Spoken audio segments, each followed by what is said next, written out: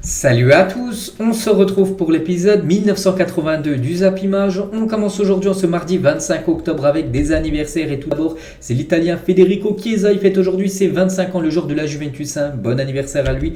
Il y a également Dominique Szoboszlai, le jeune hongrois, il fête aujourd'hui ses 22 ans, le joueur du RB Leipzig. Et pour finir c'est l'attaquant lensois Florian Sotoka, il fête aujourd'hui ses 32 ans.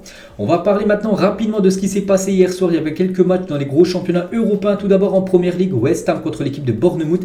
Et c'est West Ham qui s'impose 2-0 grâce à Kurt Zouma et Saïd Benrahma, le joueur algérien. Donc on peut voir les stats de la partie. West Ham quand même mérite totalement sa victoire. Bournemouth a beaucoup galéré. Donc félicitations à West Ham. Et un buteur, les gars, le premier buteur, c'est Kurt Zouma, un ancien joueur de l'équipe de France. Il a été buteur, un but de la tête. Là, une petite photo de son but hier contre l'équipe de Bournemouth. Et concernant Saïd Benrahma, donc il a inscrit un but en fin de match. Il a dédié son but à sa maman. Il a dit à maman, je t'aime, c'est pour toi. Voilà ce but inscrit. Donc il a même été élu homme du match, Saïd Benrahma, par rapport à sa prestation hier. Donc félicitations à l'ancien joueur de Nice ou même de Angers. Il avait évolué dans le championnat français à l'époque.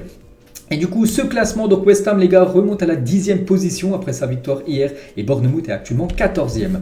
Il y avait aussi une rencontre en Liga, le Celta Vigo contre Retafe. Le Celta accroche le point du match nul en toute fin de match. Ils ont égalisé à la 89e minute. Donc voilà, on va dire c'est un bon point pris. Malgré que le Celta aurait pu prendre les 3 points. Parce que si on regarde les stats, ils ont complètement dominé à plus de 71% de possession de balle. C'est énorme contre l'équipe de Retafe. Retafe, c'est 4 tirs, une frappe cadrée. Elle a fini au fond des filets.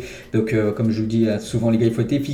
Et hier c'est Retafe parce qu'ils prennent vraiment bon point du côté du Celta Vigo. Et du coup le classement de cette Liga après le match hier, le Celta 13e et Retafe 17e. Il y a aussi deux matchs en Italie. Sassuolo contre l'équipe de Hellas Vérone. Sassuolo s'est imposé 2-1. Donc l'ancien joueur de Loriente a été buteur dans ce match. On peut voir les stats de la partie. Il y avait aussi Cremonese contre l'équipe de la Sampdoria de Gênes. C'est la Sampdoria de Gênes qui s'est imposé 1-0 hier du côté du promu Cremonese. Et on peut voir du coup le classement bien sûr après ces deux rencontres hier, toujours ce classement dominé par Naples, Milan et l'équipe de la Lazio. Et il y avait aussi un match en Ligue 2 hier, le Havre contre l'équipe du FC Metz, et c'est l'équipe du Havre qui s'est imposée 2-0. On peut voir les stats de la partie. Metz c'est 9 tirs mais aucune frappe cadrée, alors que le Havre c'est 9 tirs, 4 tirs cadrés, 2 buts. Donc félicitations au Havre qui fait une belle saison, enfin un début de saison. Et le Havre, les gars, a déjà marqué 6 buts sur corner cette saison en Ligue 2, plus que toute autre équipe. Donc voilà, très dangereux sur coup de pied arrêté cette équipe du Havre. Et le Havre, les gars, compte déjà 26 points après 13 matchs en Ligue 2. Son deuxième meilleur départ sous la poule unique après 2007-2008 où vous avez obtenu 28 points lors de la dernière saison où il a été promu en Ligue 1 Uber Eats. Donc voilà, on n'a pas dit encore qu'ils vont monter, mais voilà, ils sont bien partis pour finir en tête bien sûr de ce championnat, parce qu'actuellement ils sont quand même deuxième. N'oubliez pas que c'est seulement les deux premiers qui montent, il n'y aura pas de barrage voilà, pour la session en Ligue 1 la saison prochaine. Donc Bordeaux et Le Havre pour l'instant les deux premiers de la Ligue 2. On va parler de la Ligue des Champions aujourd'hui, on est mardi, puis ce soir il y a 8 affiches de la Champions League, 2 affiches à 18h45, on peut voir que Chelsea ira défier l'équipe autrichienne de Salzbourg, Séville recevra Copenhague, puis après à 21h, 6 autres affiches, la Juve ira défier le Benfica, Milan ira défier l'équipe du Dynamo Zagreb, Manchester City ira défier Dortmund, Real Leipzig et Paris contre Maccabi Haïfa. On va parler de ce match PSG Maccabi Haïfa, on peut voir la une du journal L'équipe aujourd'hui version PSG. Donc Neymar saison 6 en gros qui va jouer la Ligue des Champions avec pour objectif bien sûr de gagner ce trophée avec le PSG. Donc la meilleure pour Neymar, point d'interrogation sur l'équipe, on espère. Donc auteur d'un excellent début de saison, l'attaquant parisien qui rêve de briller en Coupe du Monde ne ménage pas ses efforts quel que soit son poste. On peut voir que bien sûr Neymar figure dans le groupe convoqué des Parisiens ce soir pour cette rencontre. Donc de nouveau les gars, de retour, on va dire Kimpembe qui était blessé depuis le match contre Brest, ça remonte à plus d'un mois, il est de retour ce soir. Et aussi Nuno Mendes qui s'était blessé il y a à peu près 2-3 semaines, également de retour. Donc voilà, sinon voilà, Messi, et là il manque Marco Verratti les gars, Verratti qu'on peut voir sur cette photo là à l'entraînement hier, mais Marco Verratti n'est pas dans le groupe, il n'est pas blessé, juste il est suspendu pour ce match ce soir. Donc concernant Messi et Neymar, ils sont bien présents dans le groupe, ils devraient bien évidemment commencer titulaire. Regardez la compo du journal Le Parisien, donc avec Donnarumma au cage, Galtier devrait remettre une défense à 4, Bernat à la place de Nuno Mendes, il revient de blessure, je pense pas que Nuno Mendes commencera directement titulaire, donc ça va être Bernat, Ramos, Marquinhos, Hakimi, un milieu 3, donc Sanchez, Vitinha, Fabien Ruiz, avec bien sûr Verratti absent, donc ça sera en gros peut-être Renato Sanchez qui va prendre sa place, et devant bon ça bouge pas, Mbappé, Neymar et Messi. Donc là c'est la compo du journal Le Parisien et la compo du journal L'équipe. En gros, c'est la même compo, on peut voir, hein, c'est les mêmes joueurs. Donc en gros, il y a de fortes chances que cette compo du PSG soit la compo officielle pour la rencontre ce soir. Et le match PSG Maccabi Haïfa a été classé à risque niveau 3 sur 5. Un millier de policiers a été mobilisé pour cette rencontre ce soir au Parc des Princes, soutenant la cause palestinienne. Le club pourrait afficher fièrement le drapeau du pays occupé, accompagné de banderoles et fumigènes en virage Auteuil. Donc voilà, petite info concernant cette rencontre ce soir, classée à risque. On va parler d'une autre rencontre, Leipzig contre le Real Madrid et les une aujourd'hui du côté de Madrid. Enfin, Asensio en une journal A, Marco Asensio postule enfin pour être titulaire pour la première fois de la saison suite aux absences de Valverde, Modric et Benzema. C'est vrai qu'il y a quand même 3 joueurs cadres du côté du Real qui ne sont pas là ce soir. Donc un résultat nul suffit au Real Madrid contre Leipzig pour terminer premier du groupe. Donc voilà, l'objectif pour le Real ce soir, c'est surtout de ne pas perdre. Comme ça, la première place est acquise. Donc Valverde, Marco Asensio fait la une journal A, s'il fait également la une du journal Marca par rapport peut-être à sa titularisation. Ce soir, on peut voir le groupe convoqué, les gars. On peut voir que Modric, les gars, est bien marqué dans le groupe. Mais Modric souffre d'une gêne à l'adducteur, rien de grave. Mais par précaution, il ne jouera pas le match contre Leipzig. Donc voilà, il est inscrit dans le groupe, mais il n'a pas fait le déplacement. Il n'est pas du côté de l'Allemagne aujourd'hui. Donc il ne sera pas disponible. Donc regardez les compos de ce RB Leipzig, Real Madrid, compo probable, bien évidemment. Et Marco Asensio, qu'on parlait avant, qui faisait les 2-1. Les journaux AC Marca devraient bien commencer titulaire. Poste d'ailier droit, Rodrigo, Vini, Camavinga, Tchouaméni, Kroos ou même Mendy ou même Nacho, Rudiger, Lucas et même Courtois, voilà, pour être complet bien sûr du côté du Real Madrid. Christopher Nkunku devrait être titulaire du côté du RB Leipzig. Et Ancelotti a dit l'objectif du coup de ce soir, vu qu'il a fait cette conférence de presse hier, est de faire un bon match et oublier la phase de poule. On veut terminer premier du groupe et nous avons l'occasion d'y parvenir ce soir avec seulement un match nul. Antonio Rudiger qui était également en conférence de presse pour voir qu'il n'a pas eu l'œil rouge par rapport, souvenez-vous, au choc qu'il avait eu, lors du match de Ligue des Champions, c'était contre le Shakhtar. Il a dit je suis surpris de la rapidité avec laquelle je me suis installé au Real Madrid. Un grand merci à Kroos et à Alaba. Je donnerai toujours à 100% pour ce maillot madrilène. Donc voilà quelques photos des joueurs du Real Madrid hier du côté de la Red Bull Arena, du côté du stade du RB Leipzig, tout simplement, voilà pour cette rencontre ce soir. Et l'entraîneur de Leipzig, Marco Rose, il a dit Valverde, Modric et Benzema absents. Il y a d'autres joueurs qui ont beaucoup de qualité pour les remplacer. Asensio, par exemple, des joueurs qui veulent jouer, se montrer sur le terrain. Ils ont la meilleure équipe du monde. Voilà ce que dit Marco Rose. C'est que ça va être très compliqué contre cette équipe du Real. Donc le capitaine, les gars, Orban de Leipzig, il a dit au match aller, nous avons très bien défendu. Ça sera tactiquement similaire. Nous essaierons de faire du bon travail pendant les 90 minutes de jeu. Si nous créons un danger en attaque, nous aurons des chances de gagner le match. Et Daniel Olmo, les gars, qui sera lui aussi peut-être titulaire ce soir. Le Real Madrid va faire face à une équipe forte qui a besoin de gagner, qui va essayer de leur rendre la tâche très difficile. Maintenant, nous sommes dans une bonne dynamique. On va essayer de dominer le match. Donc voilà, quelques déclarations avant cette rencontre ce soir. Leipzig et Real Madrid. Il y a aussi un Dortmund-Manchester City. On pense directement au retour d'Erling Haaland au Signal Iduna Park. C'est ce soir. Haaland de retour à Dortmund, son ancien club. Donc voilà, Haaland, voilà quelques photos à l'époque quand il évoluait bien sûr du côté du BVB où il a marqué beaucoup de buts. N'oubliez pas qu'il a plus marqué que disputé de matchs du côté de Dortmund. Je pense qu'il aura une belle ovation, bien sûr, Haaland, même s'il risque quand même de faire mal à son club de Dortmund, parce qu'il y a quand même des chances qu'il soit buteur. Erling Haaland. Et actuellement, c'est qu'il est déjà à 28 buts, Erling Haaland. Et on peut voir, voilà, ce petit classement, en gros, avec plein de numéros. Donc, en gros, Haaland, 28. Et gros, je ne sais pas s'il marque un but, s'il marque, par exemple, 2 buts pour revenir sur Wayne Rooney avec ses 30 buts inscrits dans toute sa carrière en Ligue des Champions. Donc, voilà, Haaland a un grappille journée de Ligue des Champions. Après journée de Ligue des Champions, dans ce classement des meilleurs buteurs de l'histoire de la Champions League, il est déjà 28 buts, l'attaquant norvégien. Concernant Chelsea, les gars, qui joue à 18h45, on peut voir qu'Edouard Mendy devrait être titulaire ce soir. La première fois depuis l'arrivée de Graham Potter ce soir face à Salzbourg. On sait que maintenant il préfère Kepa Arrizabalaga, le nouveau coach de cette équipe de Chelsea, mais Edouard Mendy devrait être le gardien titulaire ce soir. On va parler un petit peu info transfert, les gars, info mercato.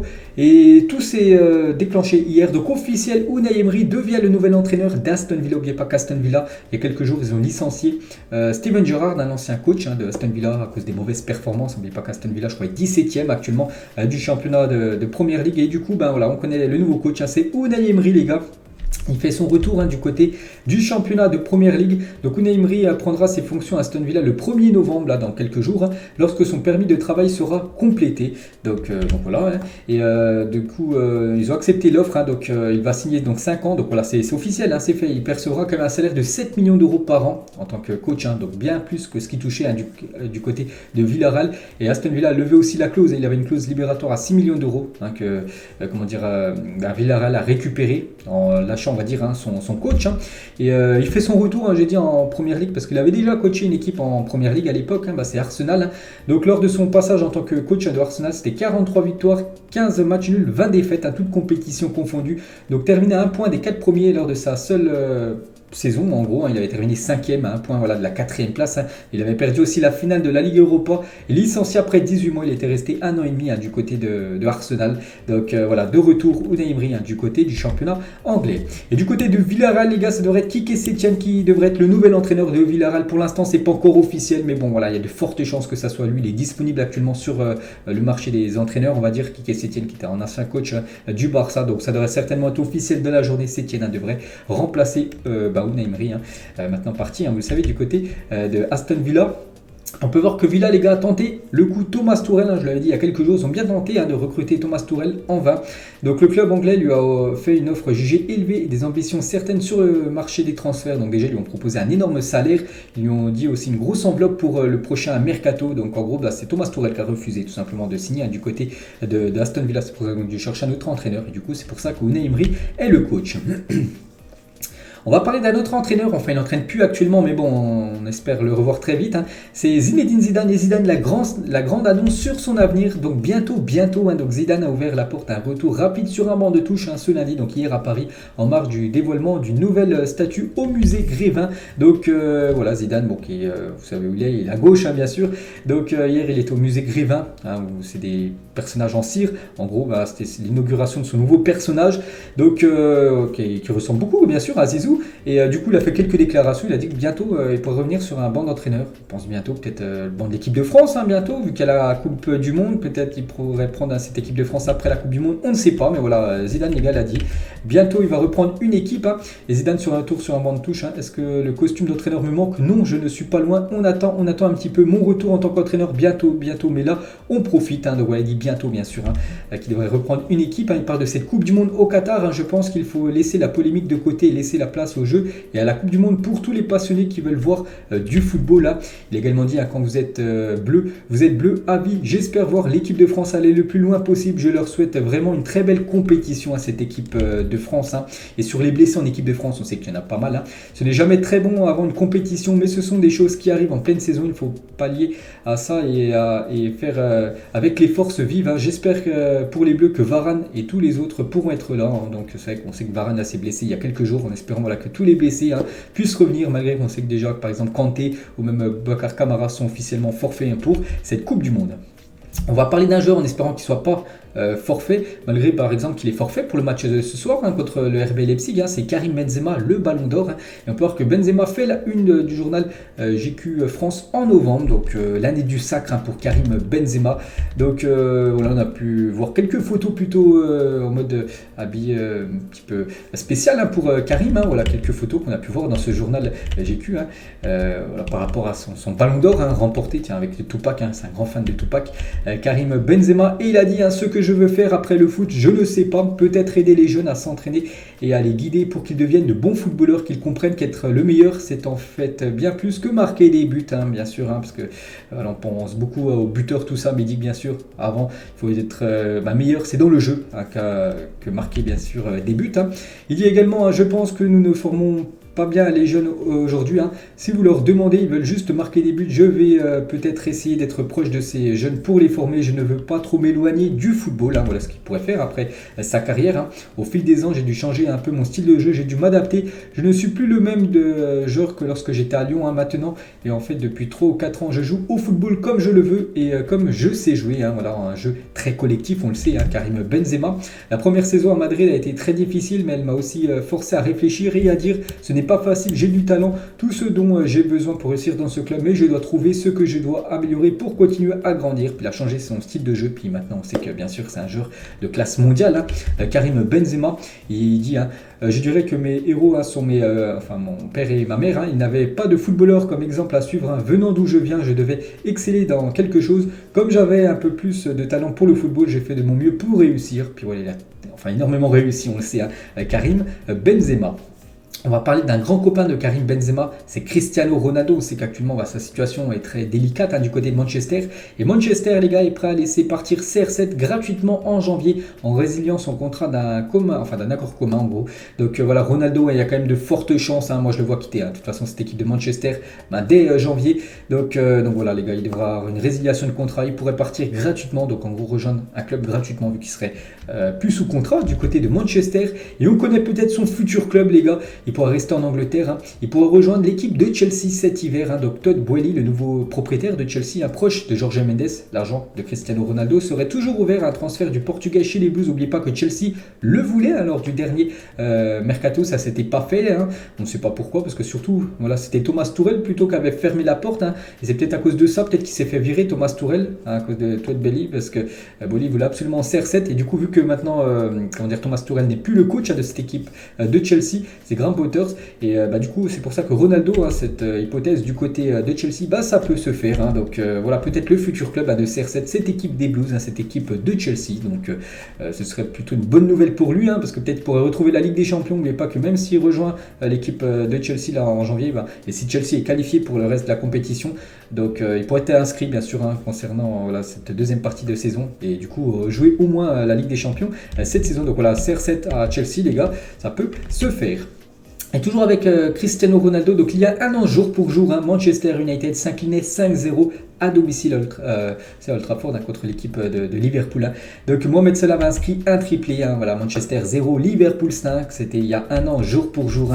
Salah qui avait détruit cette équipe des Red Devils avec un triplé. Donc il a pris bien évidemment le ballon du match. On peut voir Ronaldo qui a vécu bien sûr une soirée très compliquée à domicile contre l'équipe des Reds. Et Paul Scholes, les gars, sur CR7 lorsqu'il est arrivé du Sporting, il était un peu tape à l'œil, un peu arrogant avec tous ses dribbles. Je n'ai jamais pensé qu'il allait marquer 700 buts. Je n'ai jamais vraiment vu ça en tant que jeune joueur. Donc voilà, bien sûr, Paul Scholes a été très surpris de la progression et du talent, bien sûr, de Cristiano Ronaldo. Donc maintenant le talent c'est du côté de la première ligue, c'est ce joueur, c'est Erling Haaland. Et regardez toutes ces courbes, on voit plein de courbes, plein de couleurs les gars. En gros c'est tous les anciens meilleurs buteurs d'une saison en première ligue. Et la courbe toute bleue, tout en haut, c'est la courbe de Erling Haaland qui devance largement toutes les autres courbes, parce qu'actuellement il est déjà je crois à 17 buts, Erling Haaland. Donc voilà, 17 buts après 13 matchs je crois de première ligue. Donc même pas, c'est 11 matchs, voilà, c'est 11 matchs de PL et 17 buts pour Erling Haaland. Voilà les meilleurs buteurs actuellement du championnat anglais, donc un ratio de 1,65 buts en gros par match. Buteur toutes les 54 minutes à peu près Haaland par rapport à tous les autres buteurs cette saison en première ligue. Donc voilà, pour vous montrer vraiment avec cette courbe là que Haaland, les gars, il risque vraiment d'impressionner, de choquer on va dire pour l'histoire ce championnat anglais. On va parler de Vini Junior, a indiqué qu'il était favorable à l'interdiction à vie de stade pour les spectateurs auteurs de cris racistes. Toutes les personnes racistes doivent payer, ça leur ferait subir les conséquences de leurs actes. Donc moi je suis plutôt pour aussi voilà, que quelqu'un qui a été jugé on va dire pour problème raciste dans un stade soit banni à vie de stade pour aller voir des rencontres. On va parler du Paris Saint-Germain, les gars. Le PSG en championnat, ça cartonne. En termes de points, le PSG réalise le 3e meilleur départ de l'histoire de la Ligue 1 après 12 journées, 32 points pris par l'équipe du PSG. C'est le 3e meilleur départ de l'histoire de la Ligue 1. Donc félicitations bien sûr à cette équipe du PSG. Et on va parler de ce joueur, les gars. Voilà, c'est peut-être en grande partie grâce à lui, ce départ tonitruant du PSG, c'est Léo Messi. Le PSG souhaite prolonger Léo Messi, on le sait, jusqu'en 2025. Le club de la capitale travaille déjà sur le volet financier. Voilà, c'est le journal Le Parisien qui met ça aujourd'hui dans son édition.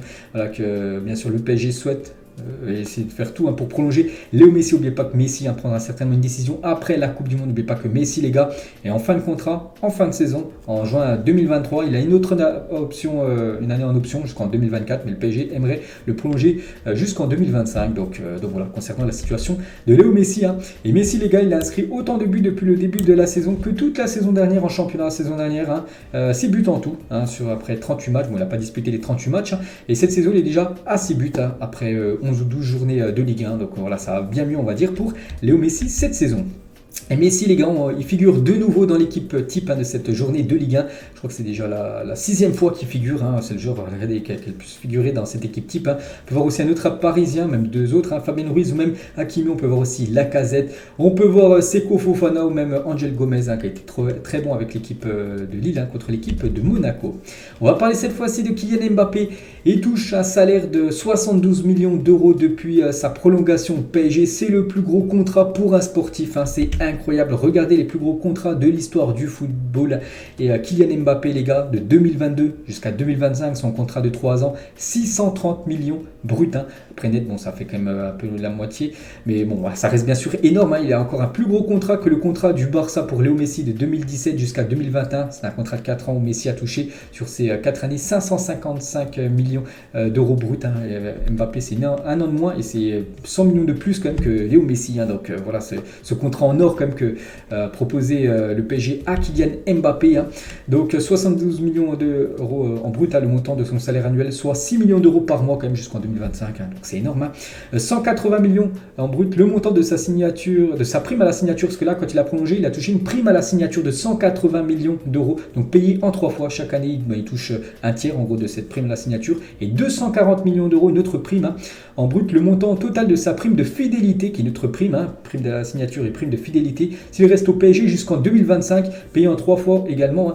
Donc à la fin de chaque mercato estival, donc 70 millions d'euros qu'il a touché en 2022, il pourrait toucher 80 millions d'euros en 2023 et 90 millions d'euros en 2024. Donc ce qui fait 636 millions en brut, soit 282 millions nets d'impôts que pourrait toucher Kylian Mbappé s'il joue au PSG jusqu'en 2025.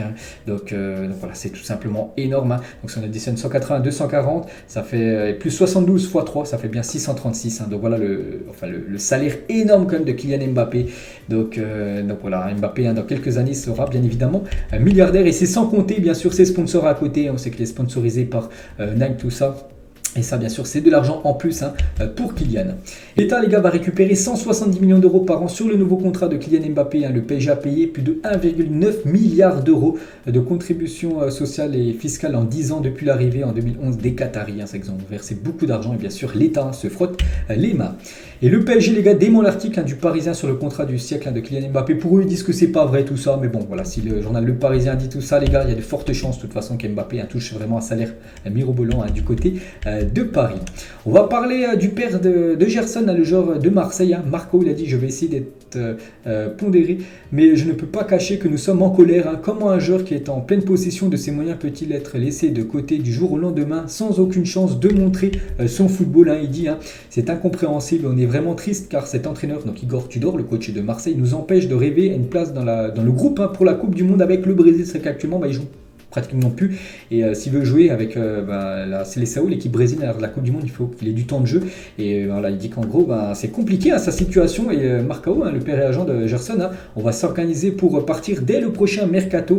Si Gerson est plus important pour l'OM, alors on trouvera un club qui saura le valoriser. Donc voilà, en gros Gerson pourrait quitter cette équipe de Marseille dès janvier.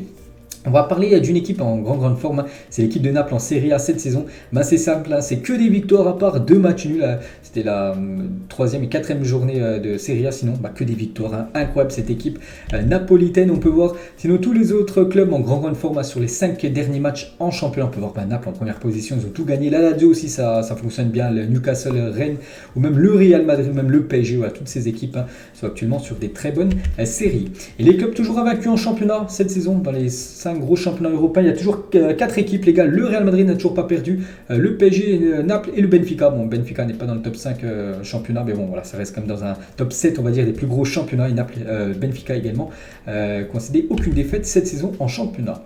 Ronaldo révèle qui sont pour lui les meilleurs joueurs de l'histoire. Je pense qu'il y a un groupe très spécial où vous avez Maradona, Messi, Cruyff, Beckenbauer, Pelé, Van Basten, Ronaldinho, je m'inclurai moi-même également. Donc voilà, parmi les meilleurs joueurs en gros de l'histoire du football. Donc voilà ce que peut dire Ronaldo R9. Donc il ne parle pas par exemple de Cristiano Ronaldo. Pour lui, c'est pas l'un des meilleurs joueurs de l'histoire du foot. Il y a 8 ans, jour pour jour, Luis Suarez faisait ses débuts sous le maillot blaugrana en 283 matchs avec le Barça. Le Uruguayen a inscrit 198 buts. Il a composé la MSN Messi, Suarez, Neymar. 4 Ligas, 4 Coupes du Roi, 2 Super Coupes d'Espagne, Ligue des Champions. Donc c'était en 2015, la dernière remportée par le club. Une Coupe du Monde des clubs et une Super Coupe d'Europe. Voilà le palmarès, les stats magnifiques de Suarez du côté de Barcelone. Lui aussi, il a des stats magnifiques du côté de City, c'est Kevin De Bruyne. Et donc depuis qu'il est à Manchester City, De Bruyne s'est montré décisif 216 fois en 322 matchs, 88 buts et 128 passes décisives en 322 matchs, toutes compétitions confondues du côté de City. Milik, les gars, compare la Ligue 1 et la Serie A, donc nouvel attaquant du côté de la Juventus, ancien joueur de l'OM. Il a dit ici en Italie, il y a plus de tactique à l'entraînement comme en match, alors qu'en France, il y a plus d'espace pour des joueurs rapides, des joueurs de côté qui courent, en gros, des sprinteurs, en gros, voilà ce que peut dire Milik par rapport au niveau français et au niveau italien. Il y a un joueur qui court très vite en France, les gars, c'est bien Achraf Hakimi face à Ajaccio. Hakimi a réalisé une pointe à plus de 35,7 km à l'heure sur son côté droit de la défense. On va parler d'un classique, les gars, qui a eu lieu en 2020 et un homme a été condamné à 3 ans de prison pour avoir mis en place en 2020 un projet d'attentat lors d'un classico Barça-Real Madrid au Camp Nou. Donc voilà, il a été condamné à 3 ans de prison. On va parler de Mike Maignan. Alors que tout était ok avec les Bleus, l'AC Milan a finalement refusé que Mike Maignan se fasse soigner à Clairefontaine. Donc le portier français poursuivra son protocole de soins du coup en Italie. Voilà, ils ont refusé qu'il vienne à Clairefontaine en France pour se faire soigner. Ils préfèrent le club milanais qui reste bien sûr à Milan pour se soigner. On va parler d'un autre joueur de Milan, un autre français qui peut aussi être dans le groupe de l'équipe de France. Donc Mike Maignan, on ne sait pas s'il sera disponible ou non dans la liste des Deschamps, parce qu'il est blessé. Lui, il n'est pas blessé, il peut être dans cette liste. Il a dit, moi personnellement, j'estime que je suis légitime pour prétendre à l'équipe de France. Il y a deux choses pour moi, quand tu joues à ce niveau-là, tu es prêt. Après, je pense que c'est tout une histoire de mise en avant. Donc voilà ce que peut dire un Pierre Kalulu par rapport aux Bleus. Et toujours avec l'équipe de France, c'est qu'il y a pas mal de blessés, ça c'était les mauvaises nouvelles, et il y a quand même des bonnes nouvelles du côté des Bleus dans cette Coupe du Monde, c'est que les joueurs français sont plutôt performants, ils ont été performants lors du week-end dernier. Griezmann, c'est un doublé, Mbappé c'est 2 buts, 1 passe D, Dembélé c'est 1 but, 3 passes décisives, Rabiot c'est 2 buts, Nkunku ça a été 1 but, Diaby ça a été 1 but et Marcus Thuram ça a été 1 but en championnat le week-end dernier. Toujours avec cette Coupe du Monde, voilà, parce qu'on parle de la France avec la Coupe du Monde, donc le premier hôtel flottant de la Coupe du Monde 2022 livré à Saint-Nazaire avant de partir pour le Qatar. Vous savez qu'il y aura un problème pour cette Coupe du Monde, ce sera pour loger tous les supporters qui viendront au Qatar pour assister aux rencontres. Donc en gros, il y aura un paquebot, un hôtel même flottant, les gars, qui sera du côté du Qatar pour loger ces nombreux supporters qui viendront regarder cette Coupe du Monde. Et toujours avec cette Coupe du Monde, les gars, donc Adidas dévoile un nouveau maillot pour le Japon en édition limitée pour la Coupe du Monde 2022. Donc voilà, c'est officiel, ça sera un maillot limité. Je pense pas que c'est leur maillot de match, leur maillot domicile, mais bon, ça sera un maillot qu'ils pourront peut-être porter lors de cette Coupe du Monde. Et je trouve très beau ce maillot japonais.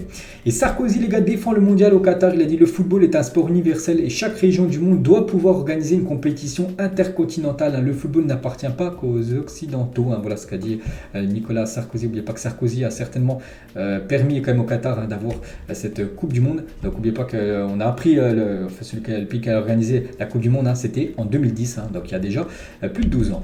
Jamie Vardy, les gars, le premier joueur de l'histoire de la Première Ligue, a marqué 100 buts après ses 30 ans. Donc voilà, plus il vieillit, plus les bons, plus les performants. Jamie Vardy. Et le match de Vardy contre Wolverhampton, j'en ai parlé hier. Donc il se descend une canette de Red Bull sur le banc avant d'entrer en jeu à la 60e minute. Donc quelques minutes après son entrée en jeu, il effectue déjà une passe décisive. Puis quelques minutes après, il marque un but. Passeur des buteurs.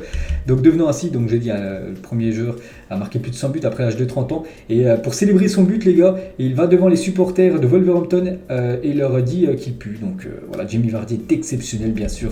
Voilà, une petite info concernant ce joueur, et Erling Haaland valide totalement Vardy. Je regarde beaucoup d'attaquants sur leur déplacement lorsque le numéro 10 de l'équipe a le ballon. Le meilleur au monde dans cet exercice, c'est Jamie Vardy. On va parler d'un youtubeur, les gars, bon je pense que la plupart connaissent, donc un youtubeur a réussi à assister à la cérémonie du Ballon d'Or, c'était lundi, pas hier, il y a 8 jours, sans être invité. Il est resté caché 26 heures dans les toilettes du théâtre du Châtelet et est sorti 30 minutes avant le début de la cérémonie pour aller s'asseoir ensuite dans les gradins du théâtre. Il a donc pu assister au calme, au sacre de Benzema, s'est rendu à la conférence de presse de Mané a même posé avec le Ballon d'Or, hein. Donc c'est un youtubeur les inachevés, hein. Je pense que il y en a qui connaissent, hein. Donc voilà, il s'est caché parce que la veille les gars du Ballon d'Or, il y avait un spectacle en gros, donc lui il était venu voir ce spectacle, puis il s'est caché en gros dans les toilettes jusqu'au lendemain où il y avait cette cérémonie. Donc voilà, c'était plutôt bien pour lui parce qu'il n'avait pas d'accréditation, mais bon, il s'est bien rendu à cette cérémonie, puis il a pu poser avec le Ballon d'Or, assister à cette cérémonie du Ballon d'Or. On a vu bien sûr Karim Benzema remporter ce Ballon d'Or. Et on finit les gars cet épisode aujourd'hui. Hier j'avais dit que Boca Junior, c'était officiel, nouveau champion d'Argentine. Et regardez la Bombonera les gars, il y a eu un feu d'artifice magnifique, hein, du côté bien sûr, hein, de l'Argentine après ce nouveau titre, hein, de champion national pour cette équipe de Boca Junior. Donc voilà les gars, la fin de cet épisode, j'espère que ça vous a plu. On se retrouve nous ce soir les gars, ce soir il y aura une vidéo, pas sur cette chaîne, sur ma chaîne BizBiz PSG, hein. Vous pouvez venir quelques minutes à la fin du match les gars, je ferai un débrief, hein, de ce PSG Maccabi Haïfa en Ligue des Champions. Allez, moi je vous laisse, et concernant le Zap Image, on se retrouve demain aux alentours des midi. Ciao à tous.